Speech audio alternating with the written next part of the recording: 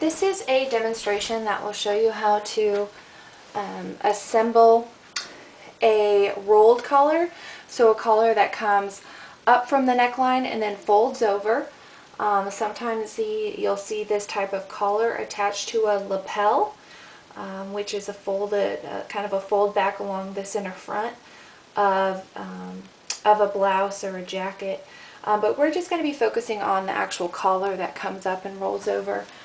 Just know that this type of collar can be attached to different pieces to give you the desired look that you want. So as always, it's always a good idea to familiarize yourself with your pattern pieces. Right here we have, it says that this is for the rolled collar, and this is our front bodice piece. As you can see, again, we're only doing half of the bodice with the collar, so that means that we're going to be doing like the right half of the body, so a right front as well as a right back, so no left side. But just know that you know, when you're assembling a full bodice or a full blouse that has a rolled collar, you would potentially cut two of everything, or double everything that you have here, or place something on the fold. Typically when you have a rolled collar or any sort of, I guess it just depends on the style, but you may have a center front opening. So that's why here along the center front of our bodice piece, we have this 5/8 inch extension to just signify that is where the opening is. And typically on the back, when we look at the back here, we have this 5/8 inch that is folded back, and we have a center back line here. It really just depends upon the style of the bodice that you have. You could have a fold line along that center back, so the back would be mirrored and there be no seam at the center back, or you could have a center back line. So just be aware that either of these options are viable for the bodice with a collar. Then next we have our actual collar itself. Just like with our flat collar, which was the Peter Pan collar, it has an under collar and an upper collar. And again, the upper collar does not have the interfacing fused to it. I use fusible interfacing, and the under collar does.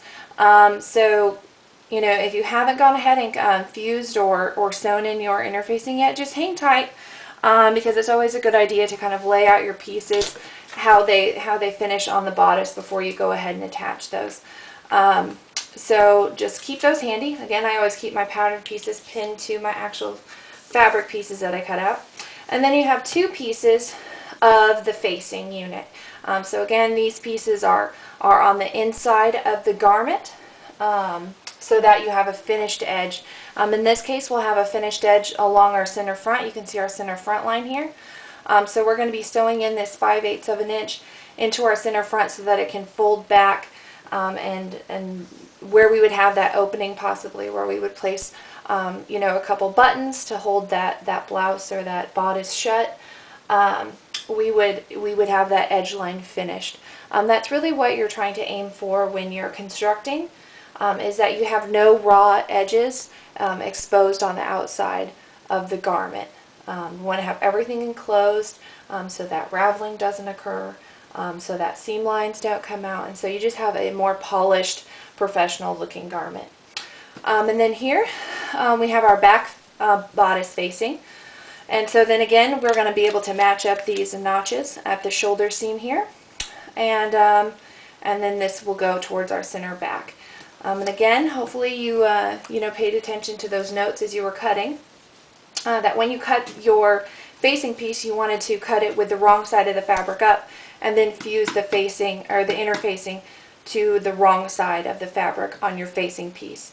So this piece here, the shape of fabric, it's called the facing, and then the material or the stabilization that we put on the back, either by fused or sewing that in, that fabric is called interfacing. So you want to fuse or sew your interfacing to the facing piece, and this is that shape that will then be able to enclose all of our seams and our outside edges, so we have so everything has been finished by the outside. So again, you're going to want to kind of keep these handy. And what I'm going to do, and what I would suggest doing yourself is that the first thing you really want to do is kind of assemble all of your units. So here we have a facing unit, we have a collar unit, which is like an upper and an under collar, and then you have your bodice unit. So the approach that I typically take when I'm assembling these multi-unit pieces that then go into one garment is I assemble one unit at a time. So what I'm going to do is I'm going to go ahead and assemble my facing unit just so it's together, and I can go ahead and stitch in pink around the outside to give that a good edge finish. And again, what that means is that we're applying a type of finish along the open edge of our unit. In this case, it's the facing unit. So I'm going to go ahead and take my pattern pieces off and just kind of set them to the side so I can reference them whenever I need. And I'm going to match up those edges that had the double notches on them, because that's where my shoulder markings are. And I'm going to place them with right sides together, just lining up those notches and lining up the edge of the fabric, the raw edge of the fabric along the top of that shoulder line. And I'm just going to put a couple pins in to keep everything stable. And I'm going to run this raw edge of my shoulder along the 5/8 inch markings on my throat plate and clear bobbin cover. And I'm sewing at 5/8 because when I reference my pattern, it shows that along the shoulder seam here, that we're going to sew 5/8 along the top, connecting those two together. So I'm going to go ahead and just lower my needle and do a quick back tack at the front and end of this seam. And again, I'm just sewing at our regular stitch length of about 2.5. Whoops. The needle kind of hit my pin there. And if that ever happens to you and your needle is bent, you definitely need to replace it, because you could really jam up and damage your sewing machine. So when I get done with that seam, I'm going to go ahead and trim those thread tails up. And then you're going to want to press this seam open. Alright, so what I'm going to do, just to go ahead and kind of move along with this process, is I'm going to go ahead and just finger press those seam allowances open and put some pins in there to hold that down. Then what I'm going to do is I'm going to do a row of stitching along this open edge, along this raw edge, and I know that that's the edge that I want to apply the stitch in pink edge finish to, because when I lay my pattern piece out, it's labeled stitch in pink. So I want to do a row of stitching all along this outside edge, because all of this edge is going to go into a seam, so that'll be finished. So I need to have an edge finish along the other edge. So what I'm going to do is, you can start either at the top or at the top of along like the waistline of your bodice facing, and stitch from the wrong side, or you can stitch from the top side, from the right side. It doesn't matter, especially since you have those pins in place. I'm going to go ahead and just stitch from the bottom of this facing unit, which is the bottom here is along the waistline area. So I'm just going to go ahead and stitch along that, and I'm going to run the raw edge of my fabric just right along the inside edge of my presser foot. And that's probably going to put me at between 1/4 and 3/8. So it's about 1/4 inch from where my needle will be going in. I'm just going to do a quick back tack so my thread doesn't pull out there. And I'm just going to stitch all the way up along this facing unit. And as I approach those curves, I'm just going to kind of slow down a little bit and gently try to manipulate my fabric so that raw edge stays right along the inside edge of my presser foot. Now when I get here to where my seam was pressed open, you might be able to see, and especially on your sample, that your seam allowance wants to jet outside of your back facing piece, and that's okay. Just follow the edge of your facing piece. Don't worry about the seam allowance, because we can come back and trim that off. Just work around that outside edge. And I'm just going to do another little quick back tack, just so that none of my threads come out. I doubt that they would if you didn't back tack, but excuse me, it's always a good idea. Okay, and I'm just going to trim my thread tails and grab my pinking shears. Take a drink of water. Hopefully that'll help clear up my throat. Okay, So now what I'm going to do is I'm going to take my pinking shears and I'm just going to go ahead and trim off the distance of fabric between my my stitch line that I just put in and this raw edge. And what this does is it just kind of seals off everything on like our raw edges here for the edge of our facing unit. So again, we're just going to go ahead and trim along this outside edge. Now, what's important is that you always you're going to want to always choose the edge finish that is most appropriate for your fabric, because one, we have applied interfacing to the back side, and this is cotton. And really, it also kind of depends upon the weave of your cotton. If you have a fairly tight weave, like most of our basic plain weaves that we use in class, like our quilting fabric, you're not going to have much raveling, and so the pinking edge finish, or the stitch and pink edge finish, will probably do a pretty okay job of making sure that no excess raveling occurs. But if you have a very lightweight fabric, especially if it's a synthetic like a satin or a chiffon, you're going to want to use a different type of edge finish for this.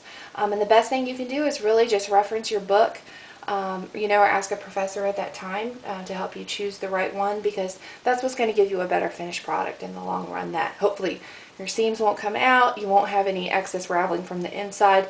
That can really, you know, it can really ravel quickly, especially when you're laundering it. So choosing the proper edge finish does make a difference. So I have my facing unit complete now, so I'm going to go ahead and just set that aside. And then what I'm going to do is I'm going to go ahead and assemble my bodice unit. So I'm going to go ahead and just take my pins off of each of these pattern pieces here, and as I can see, I'm going to have like a fold back along the center back line here, because we're not making a complete bodice, we're not making a right and a left. So we're going to fold this back, or we really won't do much with it for this sample, because our opening is in the front, and our front piece will be finished here. So what we want to do is we first want to seam at the shoulder seam to get that all completed. So I'm just going to set my pattern pieces aside, and I'm going to match up my shoulder pieces here. And you always know, like, again, we're always putting right sides together when we're making our basic straight seam. And I know which one needs to be faced like the proper way, because I want to make sure that both my armholes for my front and my back are along one side of the shoulder seam, and then I have my neckline, which has a different shape, both on that side, so that when it opens it up, I'm not like having a neck hole connected to an armhole. So just kind of pay attention to those little things. That it doesn't seem like it, you know, would be that big a difference, but it really is.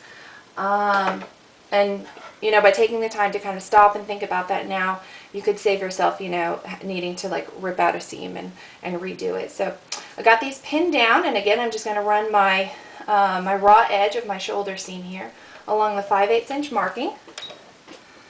And I'm just going to do a back tack. When I approach those pins, going to pull those out. And then back tack again when I get to the end of that seam line, that stitch line. And pull out my thread and trim up my thread tails. Oops, I think I only got one of them. Alright. Then I'm going to put this in my pile to be pressed, because I'm going to want to press this shoulder seam open with an iron. So I'm just going to set that over near my my facing unit, because this is ready to go for the next step, so that when I head over to the iron, I can get everything pressed together. Okay, now what we are going to do is we are going to assemble our collar unit. And again, if you want to have your bodice, just to kind of give you and make sure that you have the right pieces for your upper collar and under collar. You should have two pieces of your collar here, and there should be a notch indicated about halfway through, and that's where you're going to line up your shoulder seam with. So here's my notch right there, and I'm going to line that up with my shoulder seam.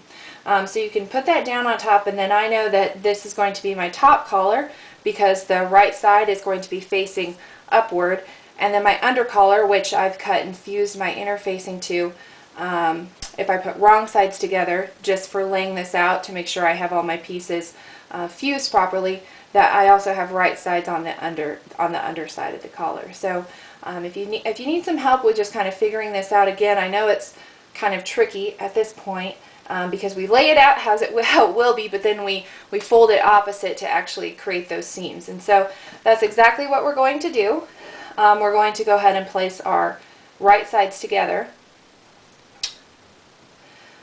And then we're going to put some pins in all the way around. Now we're only putting our pins in. This is the inside of our neckline here, the edge that has that notch that you'll be connecting to the shoulder seam. So we're going to go ahead and put some pins in, starting probably just maybe about an inch inward from the neckline point here. And put some pins in all the way around. And all the way around this it has a slight curve to it. It doesn't have a major curve by any means, but this outside edge.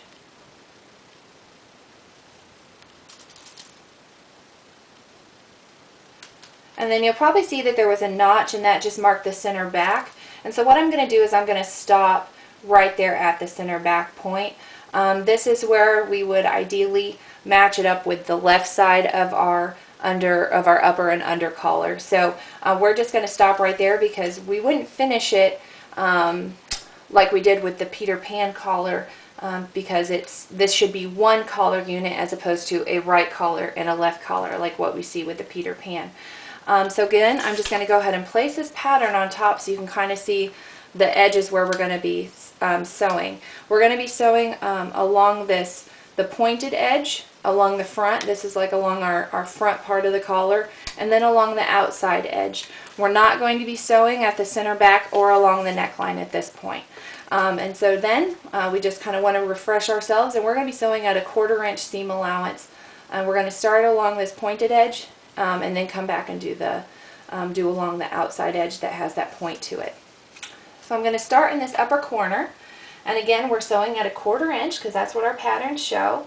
So I'm just going to go ahead and start right at that raw edge, and I'm using my clear bobbin cover to really be my guideline or my sight line for how I'm measuring my 1/4 inch seam allowance here. And I did a quick back tack, and as I sew down this seam here with right sides together, just keeping an eye on that 1/4 inch line, and then when I get to the bottom edge here, I'm going to do another quick back tack. And then trim my thread tails up. And then I'm going to come back and sew along this outside edge at a 1/4 inch. And there is a little bit of a curve, so you can't line up everything, your raw edges at a 1/4 inch here. We need to start, and then as that curve goes around on our presser foot, we need to manipulate our fabric to follow that curve. So again, we're going to do a quick back tack, and then as that curve goes around on the pattern piece, we move our fabric down, and now we're almost at a straight line. And just keep that raw edge lined up with your 1/4 inch markings on your bobbin cover. It's almost lined up with the outside edge of your presser foot, but not quite. And I went and took that pin out a little early because I want to stop right where my notches were. So I'm just going to go ahead and slide that back in so I have a good stopping point. And then when I hit that pin, I'm going to do a quick back tack and pull it out and be finished there. And I can trim up those thread tails too.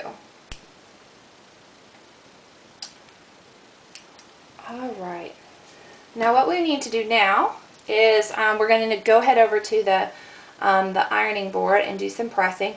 But first what I want to do is I want to go ahead and do some clipping because we do have some curved edges here along the collar piece. So whenever we have a point like this, we want to take our scissors and we want to cut straight across the edge, straight across the top, cutting off that little triangle, but not cutting through where those threads meet. And then I want to come back and I want to taper my trimming back in both ways. So I'm starting fairly close to where those threads kind of crisscrossed over each other, and then I'm angling it backward. Alright, and then what I want to do is, because this is already down to a 1/4 inch, I just want to trim, and this is called grading. I want to grade at uneven levels, so I'm just going to take a little bit off of my interfacing piece, so a little bit off of that under collar.